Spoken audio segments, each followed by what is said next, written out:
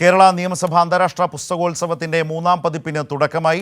മുഖ്യമന്ത്രി പിണറായി വിജയൻ പുസ്തകോത്സവം ഉദ്ഘാടനം ചെയ്തു. വായന തളിർക്കുന്ന അനുഭവം നിലനിൽക്കുന്ന നാടാണ് കേരളമെന്ന് മുഖ്യമന്ത്രി പിണറായി വിജയൻ പറഞ്ഞു. ബീഡി തീർക്കുമ്പോഴും പുസ്തകം വായിച്ചിരുന്ന നാടാണ് കേരളം. അന്താരാഷ്ട്ര നിയമസഭാ പുസ്തകോത്സവം ഉദ്ഘാടനം ചെയ്തു സംസാരിക്കുകയായിരുന്നു മുഖ്യമന്ത്രി. വായന മരിക്കുന്നുവെന്ന് ലോകത്തിൻ്റെ പല ഭാഗങ്ങളിലും പലരും പറഞ്ഞുകൊണ്ടിരിക്കുന്ന വേളയിൽ പോലും വായന തളിർക്കുന്ന അനുഭവം നിലനിന്ന നാടാണിത്. ഞങ്ങളെ നാട്ടിലെ അനുഭവം അറിയാം.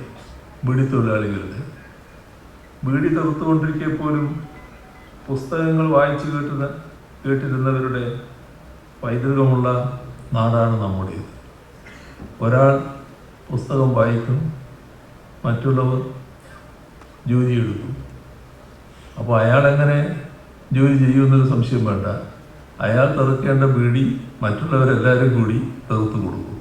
അതാണ് നടന്നിരുന്നത്. ബീഡി ബ്രാഞ്ചുകൾ ഇങ്ങനെ